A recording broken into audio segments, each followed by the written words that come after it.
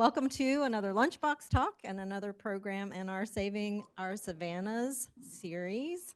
We're excited for this one today. I'm Joanna Massey-Lalikas, the Director of Learning and Engagement here at the Garden. And in the back of the room, I have David Michaud, who's going to be supporting our online audience there in the Zoom. So at our last Lunchbox Talk, if you joined us for that, you heard the perspective of a landowner who is working with his family to conserve and restore longleaf pine on their family property. And today, John Ann will share more about the importance of landowners in the conservation and restoration of longleaf pine ecosystems. Let me introduce our speaker today. Ann Shearer has served as the state coordinator for the U.S. Fish and Wildlife Services Partners for Fish and Wildlife Program in North Carolina since 1999. Earlier in her career, she spent 9 years in refuge management in Alabama, North Dakota, and in North Carolina. She is an alumni of this university, the University of North Carolina at Chapel Hill, with a bachelor's degree in biology, and she also received a master's in wildlife management from West Virginia University. Ann spends most of her restoration and management work focused on longleaf pine and prescribed fire.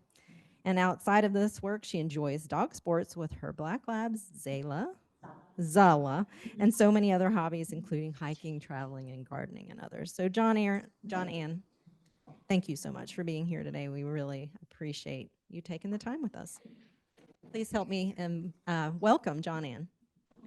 Hi, everybody. It's so great to be here with you today. Thanks for coming. I am really looking forward to having this time to visit with you all and talk about the importance of private landowners in the restoration of longleaf pine. So I brought with me a fox squirrel. This is a very special species for the longleaf pine ecosystem. And there's just so many cool things about fox squirrels. They come in many colors. They're much bigger than our gray squirrels. They love to eat the seeds out of longleaf pine cones. And today, I'm hoping that you'll look at this fox squirrel instead of me. So how about that? Oh, yeah, we're going to have fun today. So before I get into the talk, I will say a couple other things about me that in my 35 years with the Fish and Wildlife Service, before that, I actually grew up in the Sandhills. I grew up in Fayetteville, and I sort of took the longleaf for granted. Sometimes you have to go away and experience another place to come back and really appreciate what you've had all along. And I have probably taken more pictures of longleaf pine than I have my own children. I just love to take pictures of them. So here I am with a few. So what I hope to cover today with you all are these topics. I want to talk to you a little bit about private land ownership and what that means. I want to share with you about the Partners for Fish and Wildlife program, which is what I get to coordinate for North Carolina. I want to talk about restoration on these private lands. I'm going to share some landowner stories, and I want to tell you about the North Carolina Longleaf Honor Roll. So, what does private land ownership mean? Well, you can't necessarily tell from looking at the land, right? I like to think of private land ownership like ma and pa land, it's just owned by individuals.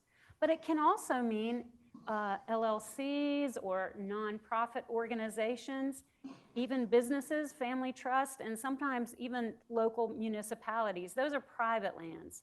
But what it's not is federal and state ownership. And just quickly, I want to show you the little blue dots on this map are state-owned lands in North Carolina. I looked at this cool site, NC1 map, and there's over 5,000 ownerships of our state. And if you zoom in on where the longleaf area is in North Carolina, you can see some large state-owned lands. Particularly, you'll notice to the western part is the Sandhills game land. That's a state-owned, wonderfully managed longleaf property. And there's others, including some other game lands like Holly Shelter in Angola Bay, and there's Suggs Mill Pond. And then underneath Suggs Mill Pond is Bladen Lake State Forest. That's 30,000 acres. And then there's several state parks. We've got Weymouth Woods. We were talking about Weymouth Woods earlier, where there's wonderful fox squirrels. Carvers Creek, Lake Waccamaw, and Carolina Beach State Park. So all of those are wonderful state-owned lands. And then we have federal lands in North Carolina here. About 7.5% of our acreage in North Carolina is federally owned. Most of that's in our mountains where we have our national forest. The few that we have in the Longleaf range include Fort Liberty, that you know well as formerly Fort Bragg, and also Camp Lejeune, and then the Croatan National Forest. But I show you all that to say what isn't private lands. Look what is private lands. All of this in blue in our state is private land ownership. And the brown is our federal and state land. And if you managed every square inch of the public lands perfectly, which will never happen, but if we did, it still wouldn't be enough to sustain our wildlife species, and it certainly wouldn't be enough to sustain our longleaf ecosystem. So with the understanding of how important private lands are, I want to go into what Partners for Fish and Wildlife is. And I've had the good fortune to help coordinate this program now for 25 years, which seems like a blink. So I know it pretty well, but I'm always learning new things and new opportunities. But this is our program with the U.S. Fish and Wildlife Service for private landowners. We like to do technical and financial assistance to help landowners do habitat restoration on their lands. It's a wonderful job. I get to meet wonderful people who want to do good things on their land. And we have a particular focus on listed and at-risk species and migratory birds. We also work a lot with conservation partnerships because there's a lot of interested people in doing habitat restoration on private lands. And we particularly work with our partners with the Natural Resource Conservation Service to do farm bill projects and help them deliver those in a way that will benefit our rare species. But the assistance that we provide through Partners for Fish and Wildlife isn't random. It's strategic, it's focused, and we try to take a landscape view. So it's active in every state in the nation, and we have a national strategy that is all about habitat connectivity and resilient ecosystems. And then we break that down into a southeastern strategy where we really have a strong emphasis on listed and at-risk species. The Southeast has more of those than any of our other regions. And then right here in North Carolina, we have 3 Partners for Fish and Wildlife biologists. So we're really a small program, one in the mountains, me in the middle, and another out on the northeastern coastal plain. And we have 7 focus areas.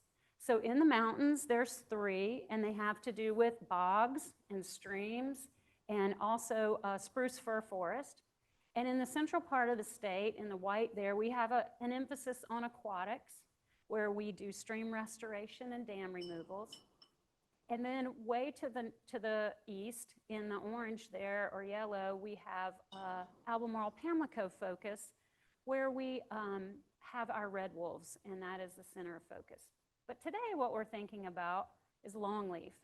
And so all the area that's outlined in blue and green, that is the greater Uwharries, the Sandhills, the Cape Fear Arch, and the Onslow Bight, the historic range of longleaf, and that is one of our important focal areas.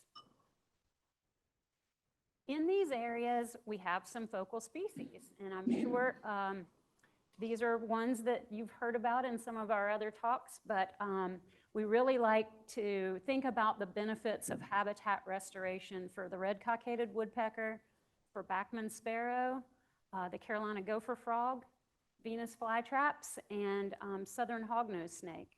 Of course, there's a lot of other species that benefit from habitat restoration.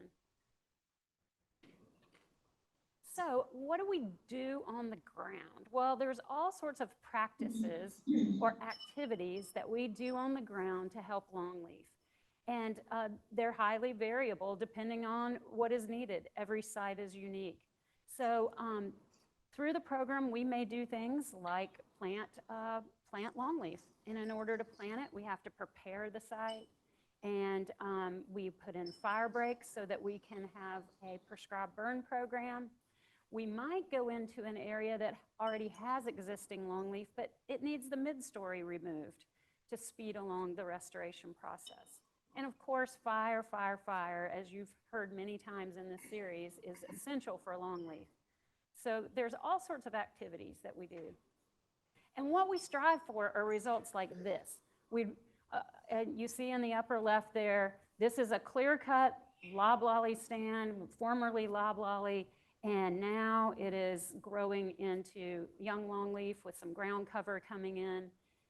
And the one on the right, already established longleaf, which is wonderful, but it had a mid-story that was difficult to control without a big treatment. So we came in and removed the mid-story and then started a fire program. That's what we're after on the ground. And so as Partners for Fish and Wildlife in North Carolina hit the milestone of 25 years, I just thought it would be a good idea to compile the data. And it's hard to make yourself stop and reflect because we just keep wanting to charge forward and do more. But I made myself stop and take a pause and look at our accomplishments in longleaf through the Partners for Fish and Wildlife program in North Carolina. And together, you know, we've done 189 projects, 140 landowners, over 14,000 acres in 25 counties, and putting in, you know, $1.8 million and having that almost equally one-to-one matched by landowners is something that we feel good about. But at the same time, I know these have made a difference, but I started really asking myself more about what difference that made. And that's something I'm going to get into in a little bit more in just a second. So be thinking about that. But here, we're building a story map, and this will show the progress over time. So, and I didn't do every year, so y'all don't have to look at every year, just every 5. But these are just some snapshots. And our very first project in 1999 was in Montgomery County, and my colleague Laura Fogo completed that project, and I think it was like 4 acres. So that's how we got started. And then fast forward, the greener you see on the map, the more the projects. And so in 2004, we were starting to grow. And then in 2009, even more projects, and more in 2014. And it's starting to get dark, particularly in the Sandhills, because we've had a lot of projects there and in the lower coastal plain. And then all the way up to 2023, our 25-year mark, where there's over 14,000 acres. And again, these results made me happy. And while not well documented, I know that these are benefiting those species that we care about, and including our fox squirrel here. But again, I started asking, what difference does this make? What are we really graded on, and what lasts really into the future? I started thinking, is my legacy going to be acres and miles? Is it going to be the number of RCW clusters that were recruited on restored lands? But my conclusion is what really has mattered is the people. It's the lives that have been transformed by working on the land and making a difference in conservation. And so I think it's really good to pause for me personally to think about that. And the intent of my whole talk today is to really celebrate those landowners, those faces, those people behind the work here, and give them the shout out that they deserve. So I have stopped checking the box. When you're asked, what's your profession? I've stopped checking the box that says restoration biologist or wildlife biologist, and I've started checking education and outreach. And the reason for that is I've come to that conclusion that you really have to be able to communicate with people and educate them in order to be an effective restoration biologist.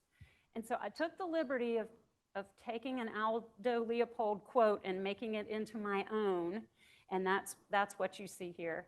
But I do believe that it is the faces that matter. And so these are faces on the landscape. These are happy faces. These are faces connected with Longleaf. These are people who understand that they have something special. And I think it's wonderful to celebrate these people. And so I'm going to tell you more. I want to tell you some stories about people because I think telling stories is a great way to celebrate what people have done. And why am I not the private landowner telling the story? Because most of them are too modest. You have had the good fortune to hear just last time from Richard Broadwell sharing the stories on their private land, and Bill Owens kicked off the series, another private landowner, both of those who've worked with the Partners for Fish and Wildlife program. Richard in North Carolina and Bill in Virginia. So this is Danny Ellis, and he's great. His property's in Bladen County, and he loves spending time out there on his land. He built a little cabin and just likes to get away from work and go there and hunt turkey and deer. And I celebrate Danny and all he's done to restore Longleaf on his property. And this is Mary Lou. Gosh, her project in Moore County, she had 78 acres of mature longleaf, but it had not been burned in years and years, and there was a huge mid-story of oak species. And we were able to help her get over the hump to remove that mid-story and reintroduce fire. And these amazing, this is a carpet of wiregrass that came back and immediately started seeding. And she really always tells me, anytime you want me to talk about your program, I'm happy to do it, because she was so pleased with the open park-like savanna that came onto her property after the restoration work. Nancy and Rick Studeman. If you know them, you love them. They live on their Longleaf pine property in Richmond County, and they have worked cooperatively with the Partners program to reintroduce fire. What they had was good. We've taken it to great. And their mid-story was removed mechanically, and then they were able to just really get a jump start when they added fire back onto the landscape.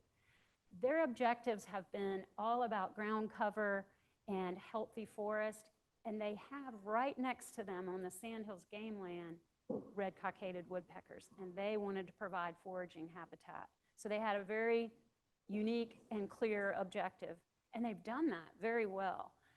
And the coolest thing about Nancy and Rick is that they love to have company, and they invite their neighbors, their family and friends to come over and see their property, and they are the best spokespeople for longleaf restoration. And I just really applaud what they have accomplished on their property. And we have somebody famous in the audience today, Miss Rogers. Ann Rogers has, you know, she has the email address Mom to Wildlife, which I think says it all. And this is a picture of us out there several years back, and we were able to come in there with her entourage. You know, this takes a village, doesn't it? So there were a whole bunch of us that stood around and talked about the restoration strategy.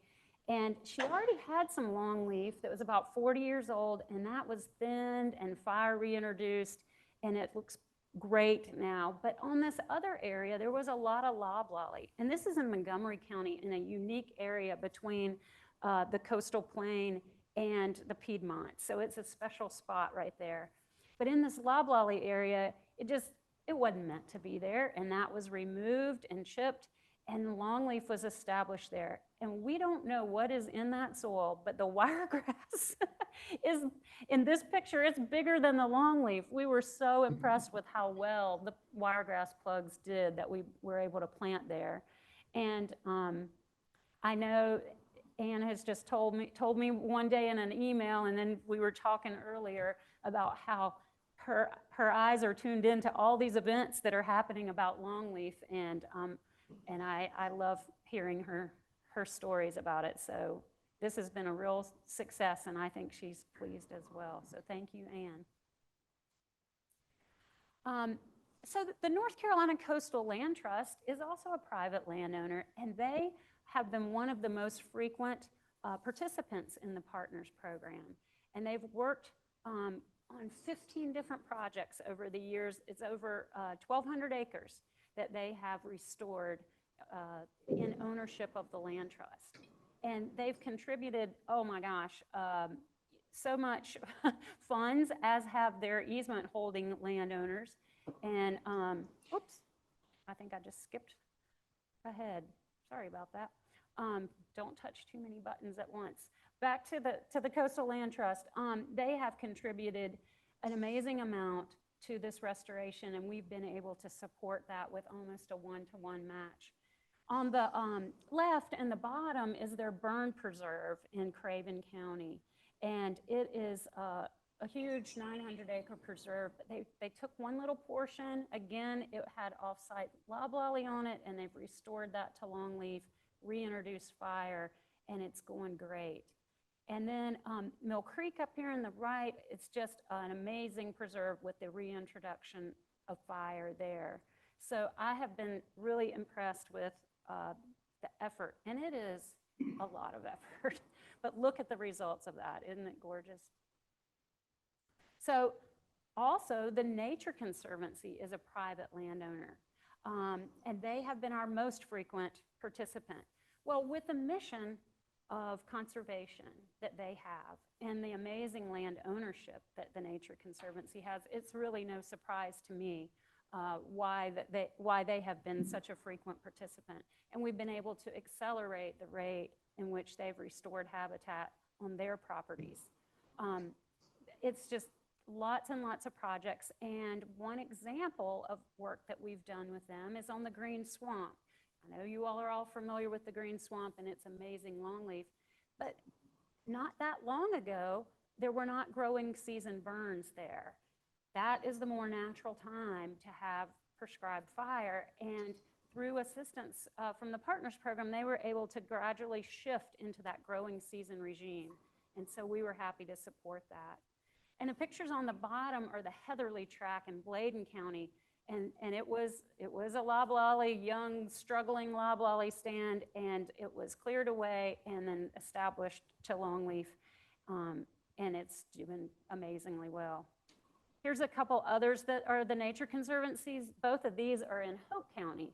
The Pine Hill property on the top there, it was a mess. And it's very difficult to get rid of a dense loblolly like that, and it wasn't producing, it wasn't doing anything, but they were determined. And look at it 20 years later. It is a sight to be seen. And the other one just down the road is this Bass Track property. It was a farm field, literally an agricultural field. And it took a lot of work and persistence. But now, again, there it is in 2024. So here's to them for that. So I think it's a central component of habitat restoration to connect it to people. I think it's important to build relationships with people, share our experiences and our stories. And I'm so glad that through this series, we've been able to share a lot of stories. Drawing that cultural connection, I love hearing when landowners tell me about what happened when they were little on their property and when they remember their grandparents and activities that would happen, and when the neighbors would help them do their prescribed burning, and just building on that and really showing gratitude. I think it helps generate pride, and it secures our future in longleaf restoration. And so I like to think about, as I celebrate landowners, the roles that they play, there's many, and one of them is as a land steward. They're more than owners. They're actually the caretakers, and these individuals, all of whom are unique, they're making the decisions on how to restore, where to restore, when, and they hold the key to the future of their property. And so this is huge to recognize. The landowners are also influencers. They have a huge connection to other people that natural resource professionals don't. Sometimes it's neighbor to neighbor. I've been interested, sometimes it's parent to child, sometimes it's child to parent, depending on who is the one interested in the longleaf.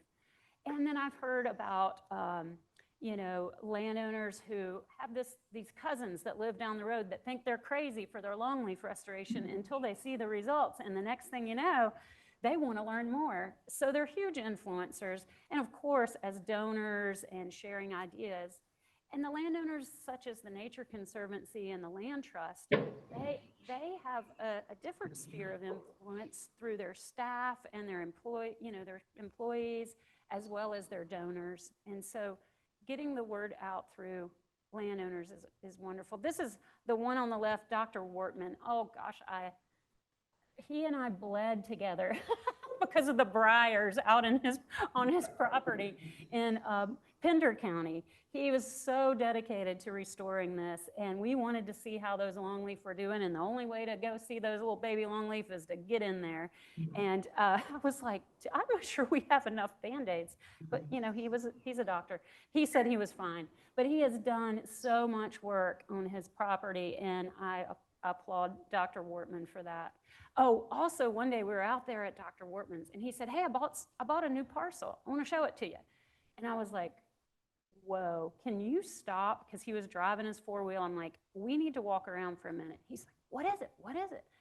It just, and I'm not a botanist, I've confessed this earlier, but it looked fly-trappy to me. I was like, And sure enough, we found Venus flytraps there. He had no idea, and it literally brought him to tears.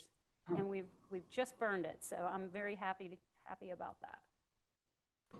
So in thinking about all these landowners and what they've done, I started a few years ago. I was like, I really want to do something to recognize landowners. And I had the good sense to gather up some really smart people that are longleaf lovers and say, there's something here we need to do, but I don't know what it is. And what evolved was the North Carolina Longleaf Honor Roll. And so this is a program to recognize these above and beyond landowners that are mentors to other landowners. And I want to tell you a little bit more about the honor roll. And those individuals that were on our original team, Sarah Crate, Ryan Bollinger, Julie Moore, and David Hawley, who is a forester. They were on our original team, and now we have additional team members, and we have ambassadors promoting the program, and it's really grown and fills my well. So it's a recognition program. It's sponsored by the North Carolina Longleaf Coalition, and we received a little funding initially from the National Fish and Wildlife Foundation and the Nature Conservancy and the Forest Service so that we could have goodies to give our landowners and signs and publication. And these are landowners that are balancing all the values of longleaf. In addition to timber, they're looking at wildlife and recreation.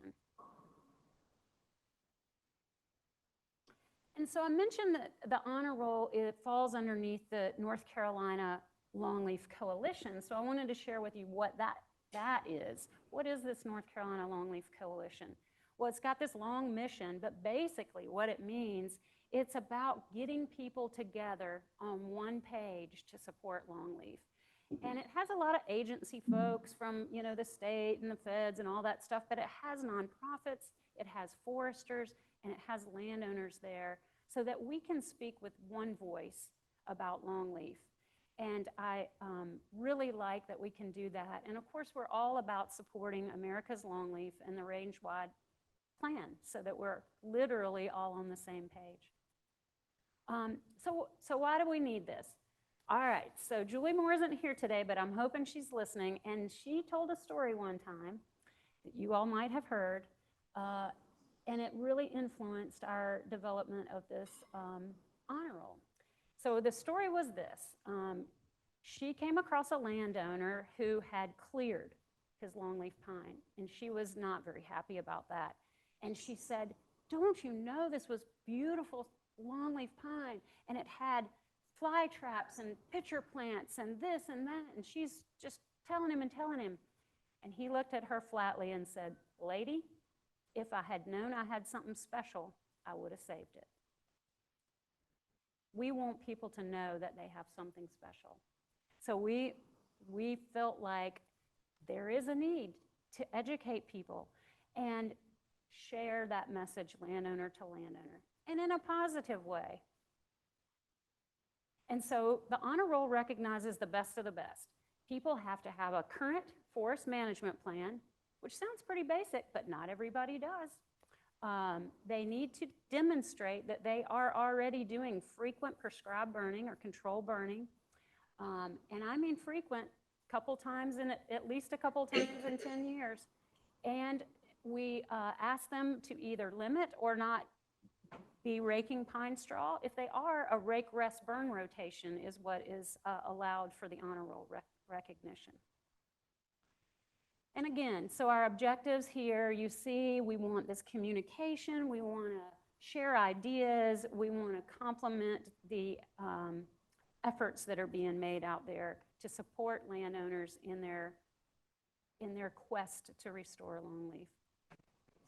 So what do we do with the honor roll? Well, we got this committee, so we get together and we look at nominations, and we approve those, and we write a letter to the family telling them why we are recognizing them and what it means. And sometimes we make suggestions about things they can continue to do, or things they might consider, like updating their management plan.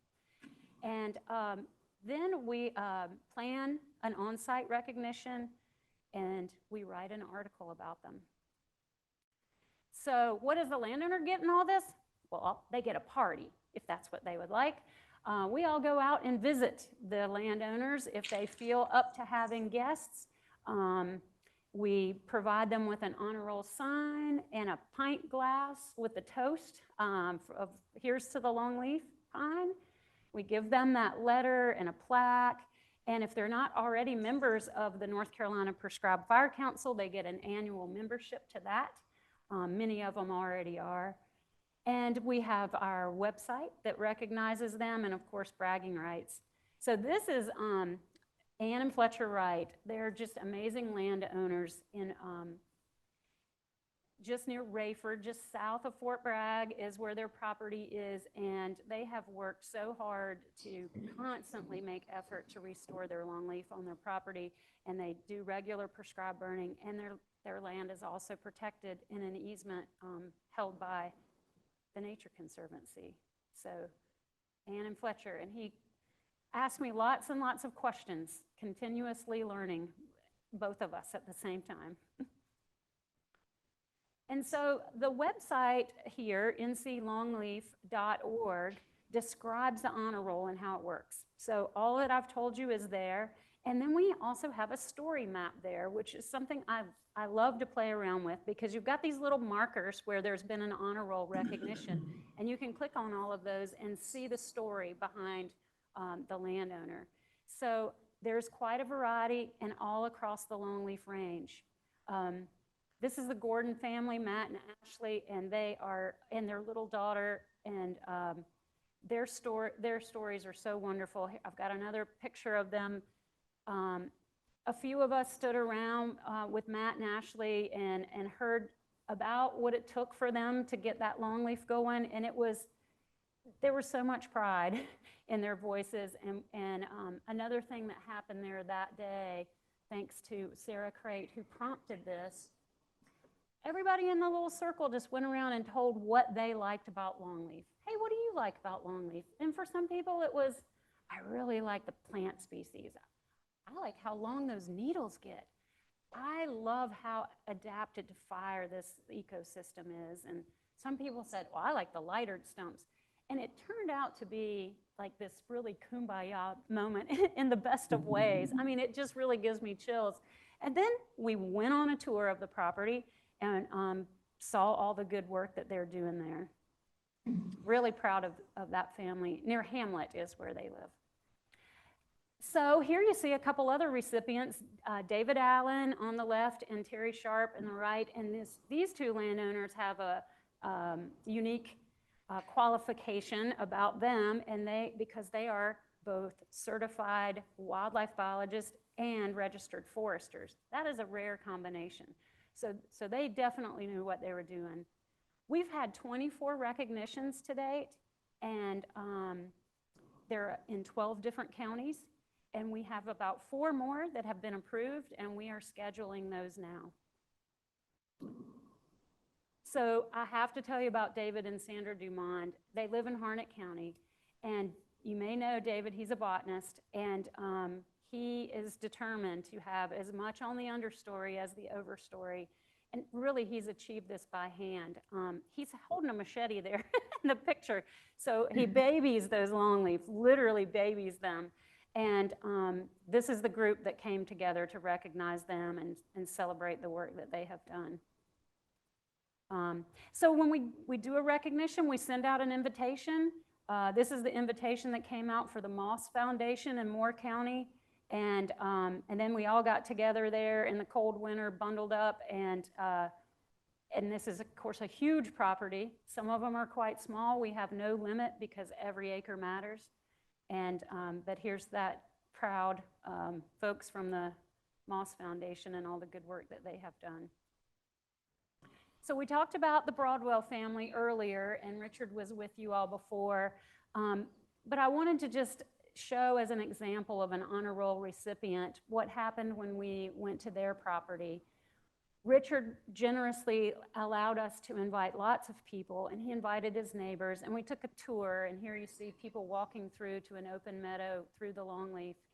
And so in addition to having this, just the recognition, we were able to really make this an educational event. And the coolest part was here around lunch, where people sat and shared stories.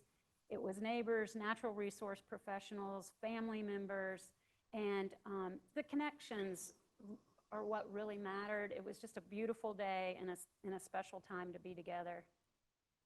And here you see Don Jr. with his daughter, Charlotte, who is the next generation. This is the legacy. And Richard and Charles there with the plaque that they received. So this is Marty Lanier. He lives in Brunswick County, and he's got college-age children. And the day that we recognized him, the property was still smoking. It was amazing. He had just conducted a burn the day before, and really having his children there was very special. And after looking back, you know, at this project and the few that I've been able to highlight for you all today, looking back over these 25 years of all this work private landowners have done, I'm humbled and proud of them. I'm inspired by them. And I really, really want to say a sincere thank you to landowners for leaving a legacy for everyone. Thank you very much.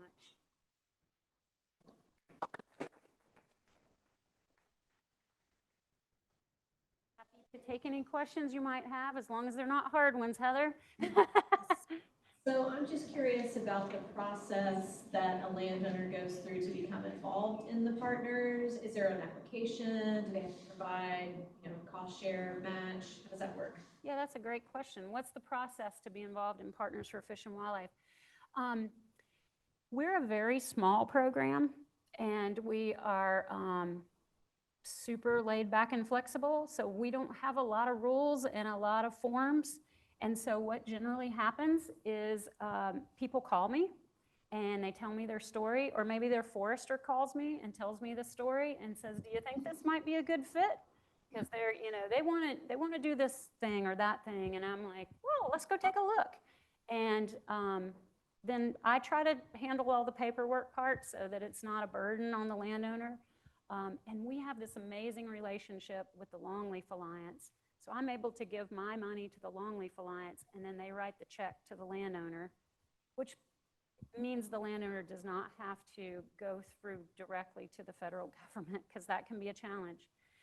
Now we have these wonderful programs within NRCS, the Natural Resource Conservation Service, and they have a wealth of money to offer for longleaf restoration. And I tell people at workshops and other places, if you want to do a standard thing and you have a relationship with NRCS, do it. It's wonderful. They've got way more money than we do. And of course, there's forms and applications, paperwork, and you have to have your farm and tract number and all that. And that's great. We work very closely. But if you're that weirdo wildlife landowner, you might want to call us. Or if you want to just try, you want to go real low density planting, or you really want to add these understory species, or a lot of what we end up doing is somebody, instead of just clear cutting all the loblolly, finds that there's a dozen longleaf in there somewhere. And so they want to keep those and then plant around them as they do the reestablishment. And a lot of standard establishment just doesn't mess with that. But if you want to go to that extra distance, and that's what we're here for. And also, some landowners don't qualify for NRCS. But the process is it starts with a phone call. And right away, I can usually say, this is worth a visit, or I'm sorry, this isn't a match for us. But we're also, Heather, about restoring a property initially, giving that landowner what they need, but not the regular maintenance, because longleaf takes a lifetime of management, and we don't have the depth of funds to continue to support regular management. So we'll come in initially and help, and then ask the landowner to take it from there. And that's the time often that they turn to NRCS after they're established to go for regular support with burning and things like that. Yes? Were you suggesting in what you were just saying now that the loblollies are going to be clear cut, or the whole acreage would be clear cut?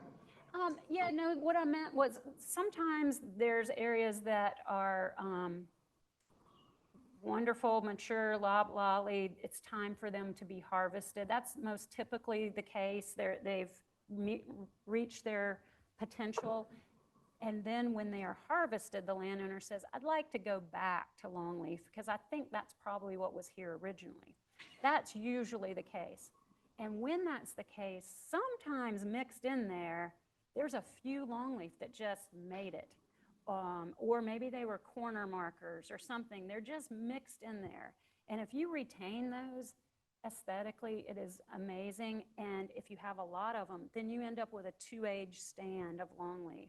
And so that's what I meant, is that. Now, there are some cases where people have such a strong longleaf site where loblolly's been planted and the loblolly is just struggling. And then it has to just be chipped and gotten rid of that way.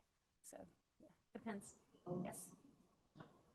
So from one of our virtual attendees from Georgia, they're wondering if there's a John Ann equivalent in that state and how to go about finding and contacting them. Yes, Jim Bates. And I would be happy, well, you can look him up online, U.S. Fish and Wildlife Partners Program, Jim Bates, and he has been doing longleaf restoration work in Georgia as long as I have. People get into this, they don't leave. Yes. Somebody else? Yes, sir. Yeah, NRCS question. A long time ago, I was a soil conservationist for USDA in the mountains as it happened. And this stuff is, I work for a fairly creative guy, so far as you can be creative in that agency. So this stuff is new. Do they, to get access to the funds they have, which I assume are federal farm bill, do you have to have a plan with them, or will a forest management plan from other agencies suffice? I believe the answer, absolutely you have to have a plan, but it can be written by someone other than NRCS. In fact, that is NRCS doesn't usually have that ability or time, to do that. Right. So yes. And then of course there's rules. There's always, rules that you follow, but it can be challenging initially with the paperwork, but it's definitely worth it if you qualify, because there are a lot of funds. There's so much national interest in restoring longleaf that I really encourage landowners to work with their foresters and NRCS if that's the route they Oh. want to take. I was an early member of Farmland Protection Board in Durham County as it happened. I remember a farmer saying, once you got the paperwork done, it just sort of marches along, stuff comes at you and you do it. Yeah, exactly. Yeah, yep, thank you for that. What should someone in the audience do if they know a landowner who might meet the guidelines for the NC Longleaf honor roll? Oh, perfect question. If you know of somebody that might be a candidate, we ask that you figure out a way to get them nominated. So the one caveat is we ask for nominations to come from a natural resource professional. So ask your forester, ask me, ask anybody on the honor roll committee, so they can nominate that landowner. And sort of the reason we do that is we want to make certain that anybody that's nominated is going to be recognized. And we like to sort of make it a surprise, because the worst thing we could do is have somebody nominated and go, ooh, sorry. Because what we want to do is encourage and support. But we do have strict criteria. So that's why the nominations come from a natural resource professional, and we welcome those. And the whole process is on our website, nclongleaf.org. Go to honor roll, and they can actually nominate right there online. And we ask for the forest management plan as well. So we spend some time with these. We look at the plan, we look at pictures of the property. Sometimes we invite people who know the property to join us and tell us more about it. The forestry department gives out single plugs of seedlings, like one at a time. Is there any advantage to planting one here and one there, you know, as far as considering that you need to burn? Yeah, it all depends. I mean, if you live in a place, if it's around your home or whatever, I mean, longleaf are beautiful. I think it's wonderful to plant one and just enjoy it. But if you're doing forest size scale restoration, that's difficult to do with one tree at a time. Yeah. Right. Yeah. And honestly, if you don't have the ability to burn, you probably shouldn't plant longleaf. That's my mentor, Jim Gray, said, if you can't burn it, don't plant it. Yes. Do you have another? Yes. I'm just curious, what percentage of the landowners that work with the Partners program have conservation easements? Oh, that's a good question. What percentage of our partners landowners have easements? I haven't done the math on that, but I bet it's about a quarter, if I had to guess. Because a lot of the ones we have worked with have learned about us through the Coastal Land Trust or through the Nature Conservancy or through Three Rivers Land Trust. So yeah, I bet it's as much as a quarter, maybe more, but I'll have to go back and do the math on that. Do you encourage landowners to look into that? Absolutely. You know, I think that protecting your land through an easement is a personal choice and a very big choice, but that's the pinnacle for me, is doing that. Restoring the land is what my job is and what I'm all about. But when people really want to do more and you've developed that trust and they're seeking what can I do to make this long lasting, that's when we talk about easements and how to do that and who would be appropriate to hold that. But yeah, that's the pinnacle for me when a land's protected. Do you have a minimum lot size or site size that you'd recommend for folks interested in restoring? Minimum size, you know, we struggle with that because it all depends on your proximity in the landscape to other longleaf lands. Just a few acres can make a huge difference if you're adjacent to other restored land. 50 acres in the middle of agricultural area where there's not any other trees around might not be worth it in terms of a wildlife impact. So it just depends. Plugs. Is there a program for getting plugs for wiregrass that you're aware of? So wiregrass plugs are available to be purchased through the North Carolina Forest Service as well as other private vendors. And both our program and NRCS support ground cover establishment for people. So, and it's expensive. It's really expensive. So, but we've come so far. Being able to plant wiregrass plugs is amazing.